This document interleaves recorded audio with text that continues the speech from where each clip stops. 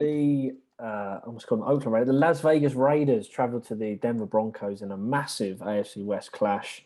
The fight for seconds, obviously, between these two, with the Chiefs coming bottom and Chargers number one.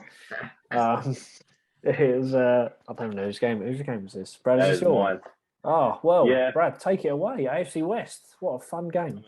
Brad, sorry, Jamie, you seem gutted that you can't review this one. Oh, Teddy. It's good. Do you know what? It makes me feel better. Obviously, the Panthers have slipped in 3 games, and the Broncos are just there. Teddy Bridgewater, he just loves losing. Love it. Yeah, I absolutely slagged this game off in the preview, and Adam's random calculator gave me this game. It's amazing how that random calculator works, isn't it? Yeah. That's the last time I slagged off a game, because I ended up with this game, and despite not giving a single care about it, it actually turned out to be quite an entertaining game. Life started for the Raiders without Muppet Gruden, and the first quarter actually started off with a bang. The Raiders opened the scoring. Autocorrect on my notes here. It says Derek Carr. It's meant to say Derek Carr. Derek Carr found Henry Ruggs deep down the middle for a 48-yard touchdown. Broncos came straight back. Bridgewater found Tim Patrick for 23 yards, and then a field goal put the Raiders into a 10-7 lead. And then the Raiders scored 2 touchdowns in succession in the second and third quarter, extended their lead to 24-7. Both touchdowns being finished off by Kenyon Drake. So a very solid performance from him. Field goal from Broncos kicker McManus reduced the score to 24-10. It gave the Broncos a slimmer of hope, but it was never in doubt. The Raiders then sealed the game with Josh Jacobs getting into the end zone and extending the lead to 31-10. The Broncos did come back with a further 2 touchdowns. So this game was just closer than it seemed, to be honest.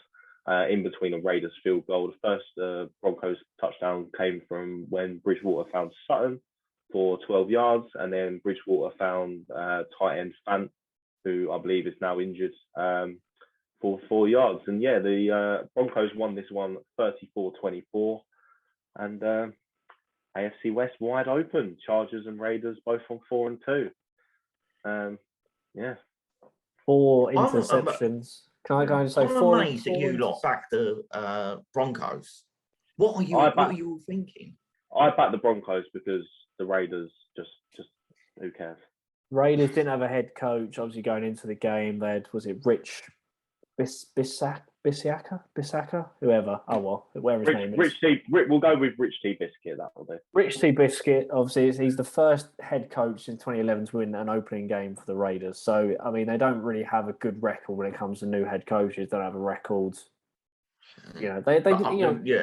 Disruption. I would have thought it really would have affected them, but then I think they'd be glad.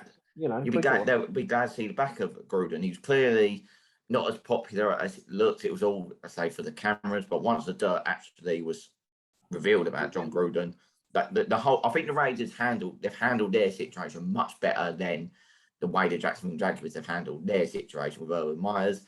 And the game actually went as I predicted, which is why if only I went with Jaguars in London or the Cardinals, then it would have been the perfect week. But we moved. But I just had a feeling that with Derek Carr's passing game, the receivers, I was surprised that Hunter Renfrow weren't used as much. But as I say, the secondary just couldn't cover Henry Ruggs the entire day as well. And then you had Darren Waller also making nice catches, which is standard.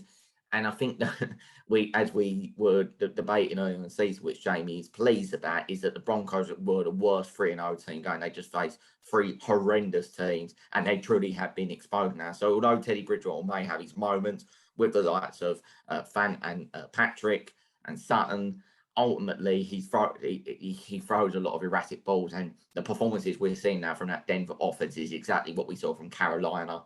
Instead of it being every other week, it's now 3 decent weeks and then 3 horrendous weeks.